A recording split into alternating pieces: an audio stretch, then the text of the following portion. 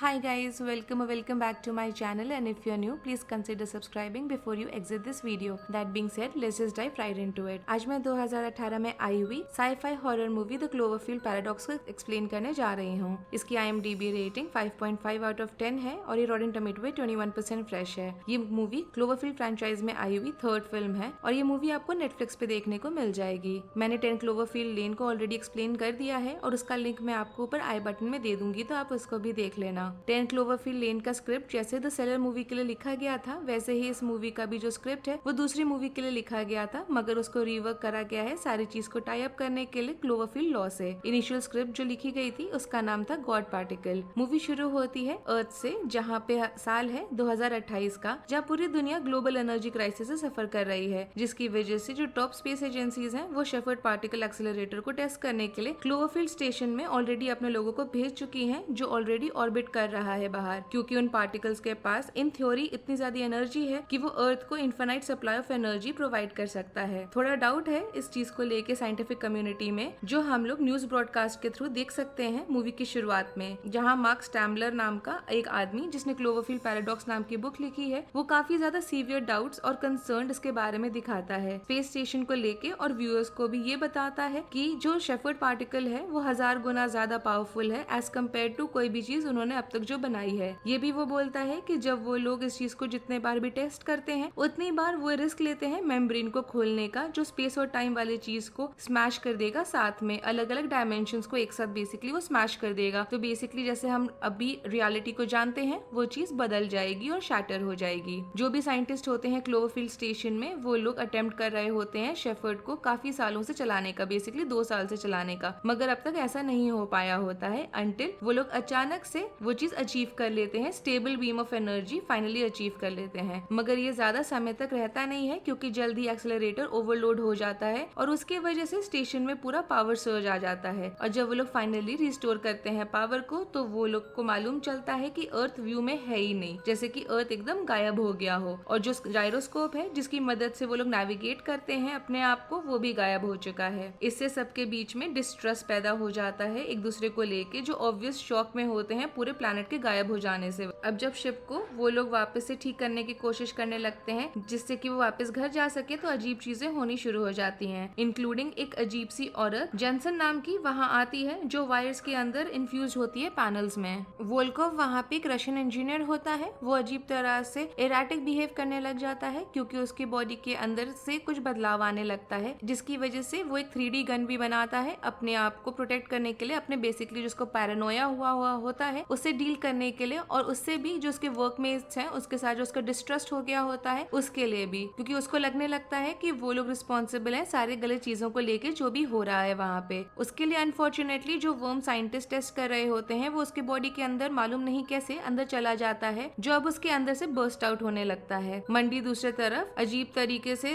Use to नहीं हुआ होता है और उसका हाथ पैनल के पीछे गायब हो जाता है जब वो उस पे काम कर रहा होता है उसको ठीक करने के लिए। उनको जल्दी उसका हाथ अपने आप ही घूमता हुआ मिलता है इधर उधर, और मालूम चलता है कि वो उनके साथ कम्युनिकेट करने की कोशिश कर रहा है, जहाँ वो इंस्ट्रक्शंस लिख के देता है कि वो लोग वॉल्कोव को जब काट के खोलेंगे तो उनको उसके अंदर कुछ मिलेगा, और एक बार जब वो लोग ऐसा करते हैं तो उनको उसके अंदर से वही गुम हुआ जायरोस्कोप मिलता है, जो उनको अर्थ को लोकेट करने में मदद करता है, और वो लोग कुछ हद तक वापस से अपना कम्युनिकेशन बना पाते हैं। और उनको शॉक दोबारा तब लगता है जब उनके ट्रांसमिशन से उनको मालूम चलता है कि जो क्लोवरफील्ड स्टेशन है वो स्पेस में डिस्ट्रॉय हो चुका है वापस अर्थ में गिरने से पहले। जेंसन का भी मालूम चलता है कि वो शेफर्ड स्टेशन पे मेंबर है, जहाँ वो सारे अब हैं, जहाँ वो स्टेशन वापस अर्थ पे क्रैश हुआ था वहाँ पे। डेस्परेट होके वो भी अपने अर्थ के साथ ऑर्डर और कम्युनिकेट करने की कोशिश करती है, मगर उसके पहले वो बाकी जो बचे हुए क्रू वाले हैं उनको मारने लगती है, इसके पहले कि उसको रोका जा सके। बचे हुए क्रू में सिर्फ श्मिट और हैमिल्टन बचते हैं, जो जेंसन के अर्थ पे डाटा भेजते हैं एक्सेलरेटर के बारे में बताते हुए, और ये होप करते हुए कि वो लोग उनकी कुछ मदद कर सकेंगे उनको वापस उनके यूनिवर्स बेसिकली उनके अर्थ के पास जाने में। और उनको मालूम चलता है कि उनका जो अर्थ है वो अब मॉन्स्टर वाले चीजों से घिर चुका है, जो दूसरे वाले डायमेंशन से आए हुए हैं। अब क्या हुआ था कि जो स्टैम्बलर की जो थ्योरी है वो बिल्कुल सही थी, जो क्रू क्लोवरफील्ड स्टेशन में थी वो एक्चुअली में दूसरे स्ट्रैंड में चली गई थी मल्टीवर्स के, जहाँ उनकी वजह से 4 डायमेंशन जो मॉन्स्टर्स थे वो आ गए थे 4 डायमेंशन से। और जो सारे हमने 3 क्लोवरफील्ड टाइमलाइन में जो मूवीज देखी हैं हैं उसमें वही वो लोग टेरराइज कर रहे थे। ये चीज तीनों क्लोवरफील्ड सीरीज को भी साथ में एक्चुअली में बांध देती है कि क्लोवरफील्ड सीन में जो हमने देखा था, क्लोवरफील्ड वाला